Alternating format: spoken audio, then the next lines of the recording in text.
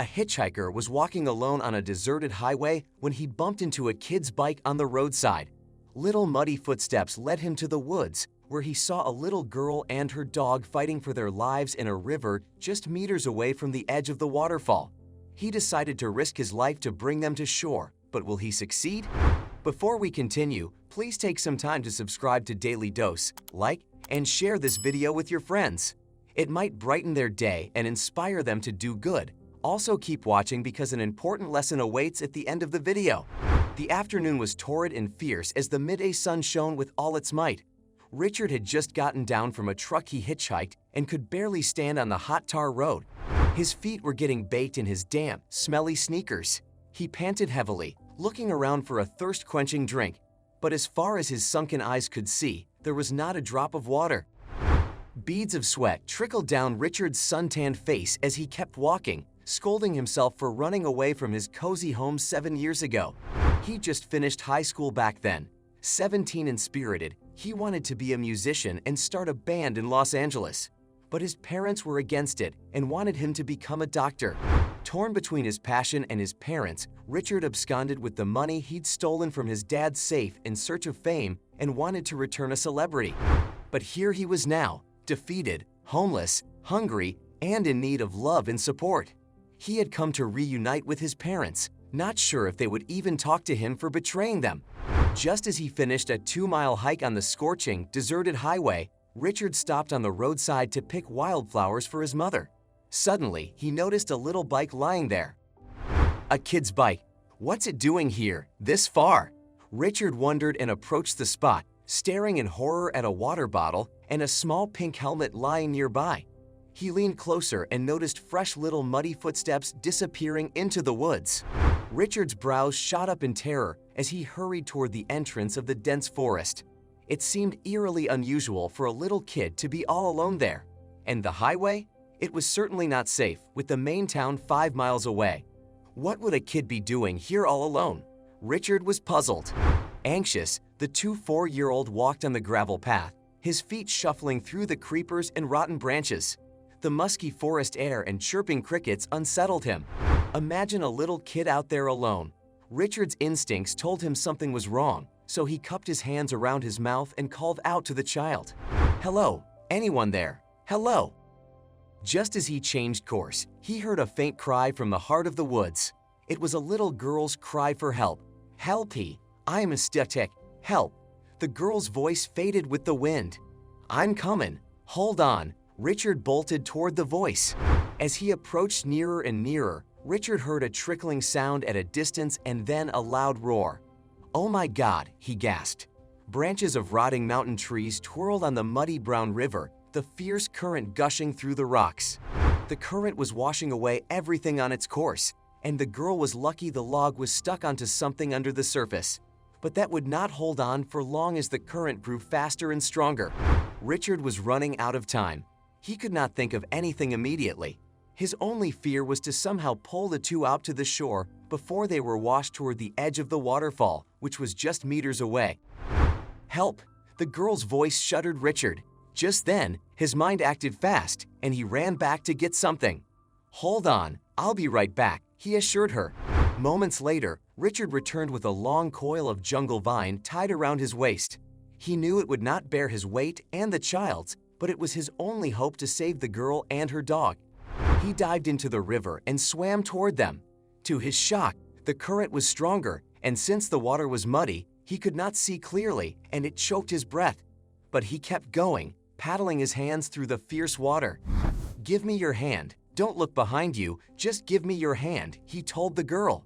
She was terrified because the waterfall was just a few meters away from her.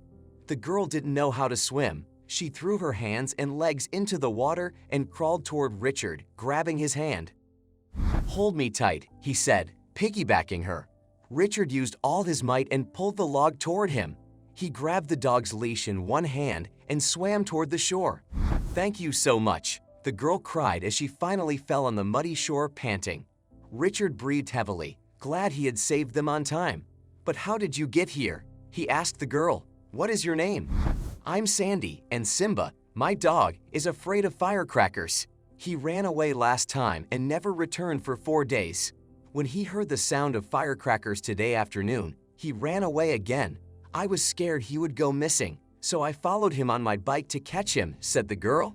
He ran into the woods, so I had to leave my bike on the highway and go after him. He was drowning in the river, and I jumped in to save him. But I didn't know how to swim and was crying for help for a long time. Thank God you came and saved us. When Richard learned the girl was from his hometown, he decided to leave her at her house first before going to see his parents. Your parents must be worried. I'm heading that way, so I will first take you to them, all right? Richard grabbed Sandy's cycle from the highway and walked her and Simba on the rough terrain leading to the town. Not much had changed over the last 7 years since Richard left, except for the ground he played football with his friends. A pizzeria stood in its place now. He kept walking, recalling his good old days in this town. A pool of nervousness churned in his belly when he found himself on the road leading to his house. Sandy suddenly stopped and pointed at what was supposed to be Richard's house.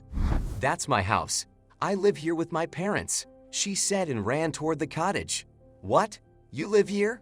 Richard was stunned and disappointed. Richard's lips grew thin as despair gushed into his eyes. For 7 years since fleeing, he never contacted his parents even once. He was hellbent on showing them he was meant to be a star, not a surgeon. The endless arguments he had with his dad, his mom's tears when he refused to go to college, and the silent goodbye he bid them that night when they were fast asleep. Those memories haunted him. How he hated himself that day. He could not hold them back. How could he? He ran away from the two beloved people who saw him as not their son but their world, their sun, moon, stars, and everything in between. Richard had betrayed them, but he had no choice. He had his reasons, but now, was it worth any explanation? The house he grew up in did not have his parents in it, and the very sight of it hammered his heart. Richard's arms hung loosely as he turned around to leave when the door creaked open behind him. "Where did you go?" a voice spoke. Richard turned around, his mouth falling wide open in a silent scream when he recognized that voice. "I was worried, sweetie. Where were you and Simba? And why are you wet?" "You almost gave me a heart attack," said the woman. "Simba and I were about to drown in the river. That man saved us." Richard could not believe his eyes, and his face grew ashen when the woman raised her head and stared into his eyes.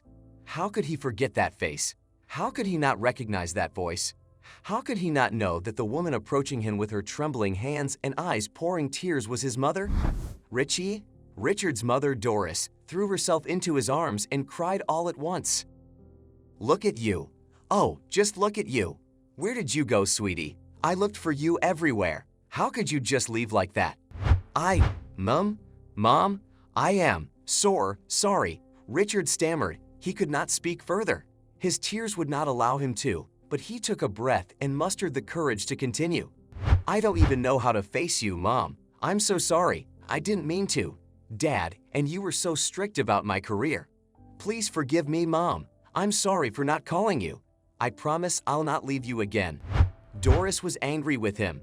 She was terribly mad when she found her son's bedroom bare and empty that morning 7 years ago. She was heartbroken he never gave her a chance to fix things and just disappeared without a trace.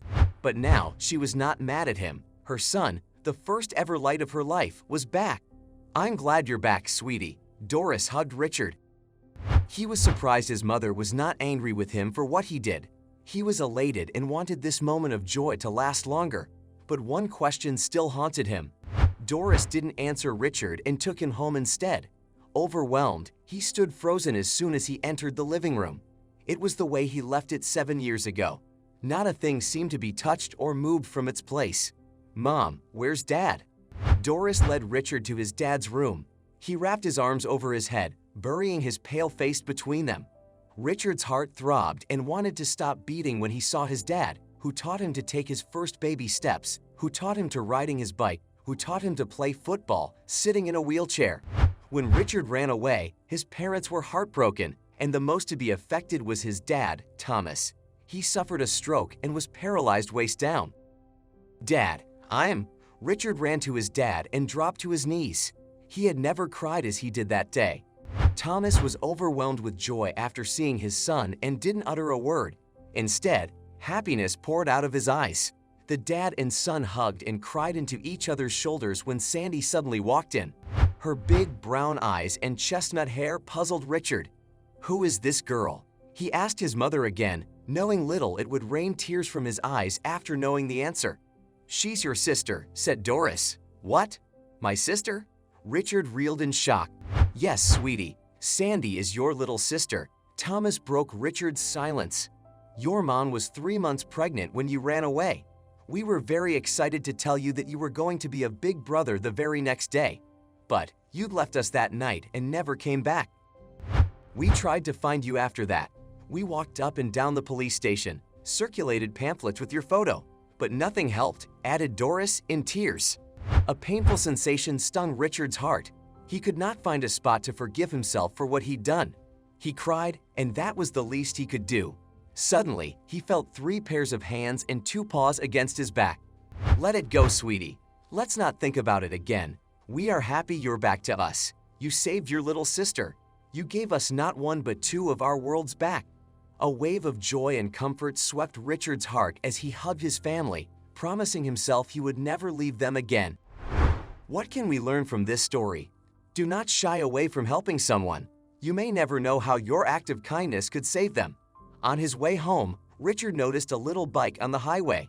He was already exhausted from hitchhiking, but decided to investigate.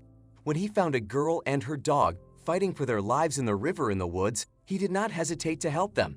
His courage and determination saved those 2 innocent lives and ultimately reunited him with the family he ran away from. Never make a hasty decision that could trap you in a ring of guilt in the future. Always think twice before you decide on something. In his race to become a musician, Richard fled his home. However, he failed to pursue his dreams and returned home 7 years later, only to witness the chaos he had caused due to his reckless decision. Tell us what you think and share this story with your friends. It might inspire them and brighten their day.